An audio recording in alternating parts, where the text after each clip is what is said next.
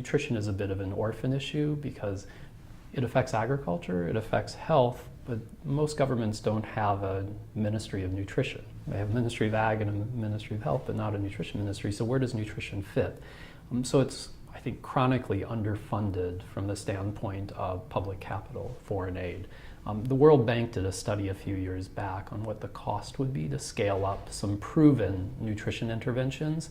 And the gap between the amount of money that would be required on an annual basis to fully meet the need out there and the amount of money actually being provided through foreign aid is massive. It's probably about $10 billion gap there. Same time, the private capital markets are huge, and there's a lot of capital looking for impact opportunities. So I think there really are ways to start filling that gap with private capital.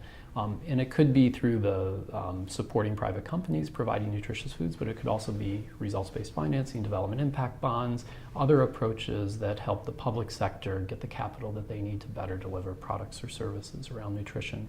The way we look at this more broadly are ways in which you can engage with private capital providers to help overcome some obstacle that's otherwise preventing the scale up of really nutritious and innovative approaches.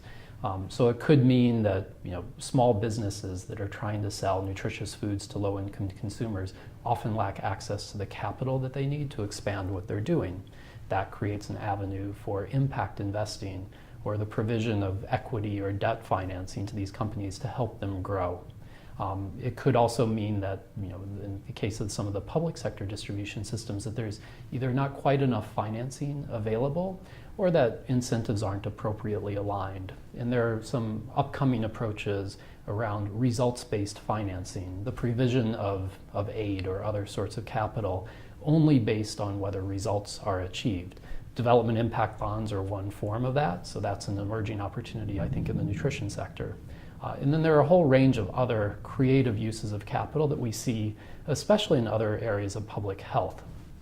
Whether it's the IFIM, which is the Innovative Financing Facility for Immunization, or it's debt swaps that generate more capital for public provision of services, or advanced market commitments. There are quite a few that you could borrow from other sectors and apply to the nutrition and food security area.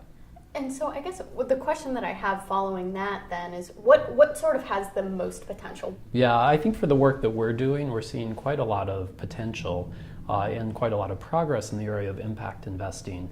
It's an approach that's been around for quite some time, so there's more of a track record, there's more experience using this sort of approach. And the way that we employ it is that we as a nonprofit have grant funding available to us that can complement private capital and help to make opportunities more investable for the private sector. But it also benefits us because I think, like any other organization, grant money is always constrained. You never have as much as you'd like to have. And if you can identify ways in which you can deploy that money, your grant money, across more opportunities because you've been able to bring in private capital on top of your grant money, that broadens your impact.